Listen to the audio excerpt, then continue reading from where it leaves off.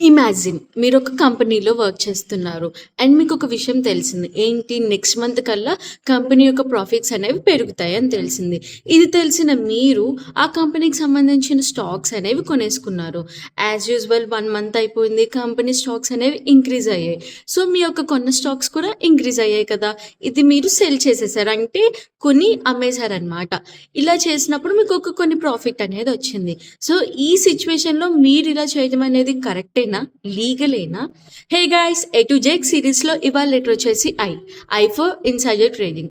Insider trading అంటే ఎవరైనా ఒక పర్సన్ ఎవరైతే కంపెనీలో వర్క్ చేస్తున్నారో వాళ్ళకి తెలిసిన కాన్ఫిడెన్షియల్ ఇన్ఫర్మేషన్ యూజ్ చేసి అండ్ ఈ యొక్క ఇన్ఫర్మేషన్ అనేది పబ్లిక్లో అన్అవైలబుల్గా ఉన్నప్పుడు ఈ ఇన్ఫర్మేషన్ యూజ్ చేసి మీరు యొక్క కంపెనీ యొక్క స్టాక్స్ అనేవి కొని అమ్మి అలా అన్‌ఫెయిర్ అడ్వాంటేజ్ ఆఫ్ ప్రాఫిట్ అనేది గెయిన్ చేస్తే ఇది ఇల్లీగల్ కింద కన్సిడర్ చేస్తారు. అండ్ ఇలా చేసినందుకు సెబీ కింద పనిష్మెంట్ అండ్ ఫైన్ కూడా ఉంటుంది. That's it guys. Thank you for watching.